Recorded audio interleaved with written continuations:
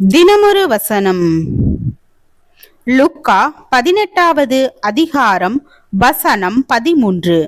ஆயக்காரன் தூரத்திலே நின்று தன் கண்களையும் வானத்துக்கு ஏறெடுக்க துணியாமல் தன் மார்பிலே அடித்துக்கொண்டு, தேவனே, பாவியாகிய என்மேல் கிருபையாயிரும் என்றான்.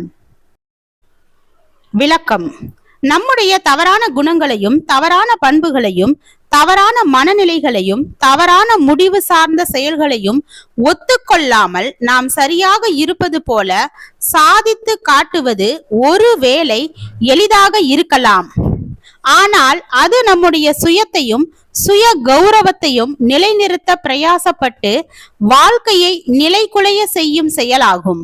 பெரும்பாலும் யாரும் தங்களின் பக்கத்தில் உள்ள தவறுகளை உணர இயலாமல் இருப்பது இல்லை. ஆனால் பிறருக்கு முன்பாக ஒத்துக்கொள்ள விரும்புவதில்லை. அதனால் தங்களின் சுய கௌரவம் போய்விடும் என அஞ்சுகின்றார்கள். சிலர் தங்களின் தவறுகளை தேவ சமூகத்தில் உணர்ந்து கொள்கின்றார்கள். தேவ சமூகத்தில் ஜெப வேளைகளில் தங்களின் எல்லா குற்றங்களையும் மனந்திறந்து ஒத்துக்கொள்கின்றார்கள்.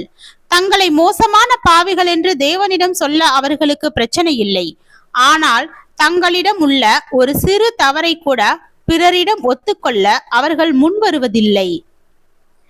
ஒரு கத்தோலிக்க பாதிரியாரிடம் ஒரு பெண்மணி பாவங்களை அறிக்கையிட்டு பாவ விமோசனம் தேட வந்தாள்.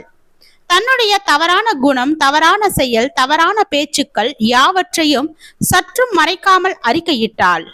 பாதிரியார் அவளிடம், நீ அறிக்கையிட்ட ஒரு தவறையாவது உன் கணவனுக்கு முன்பாக ஒத்துக்கொள்ள தயாரா என்று கேட்டாராம். அதற்கு அவள், ஐயோ ஃபாதர், அது என்னால் முடியவே முடியாது என்றாளாம். யோனா தேவனுக்கு முன்பாக தன்னுடைய தவறுகளை உணர்ந்ததோடு மனிதர்களுக்கு முன்பாகவும் அவைகளை மறைக்காமல் ஒத்துக்கொண்டான். தன்னுடைய தவறான ஒரு முடிவின் விளைவாகவே இத்தகைய நெருக்கடி ஏற்பட்டுள்ளது என்பதை அவன் தயக்கமின்றி கூறினான். அங்கே யோனாவிடம் ஒரு நல்ல நேர்மை தன்மையும் தவறை ஒத்துக்கொள்கின்ற நல பக்குவமும் இருப்பதை பார்க்கின்றோம்.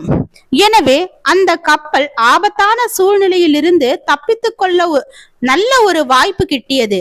சிலர் தேவனிடம் தங்களை பாவிகள் என்று பலமுறை கூறுவார்கள். ஆனால் மனிதர்களிடமோ ஒரு முறை கூட அவ்விதம் கூற மாட்டார்கள்.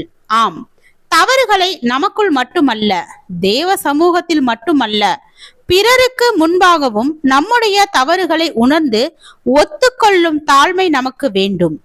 அதனால் பல சோதனைகளையும் நெருக்கங்களையும் நாம் வெற்றியாக கடந்து சென்று நல்ல முடிவுகளை காண முடியும். ஜெபம். தேவனுக்கு ஸ்தோத்திரம்.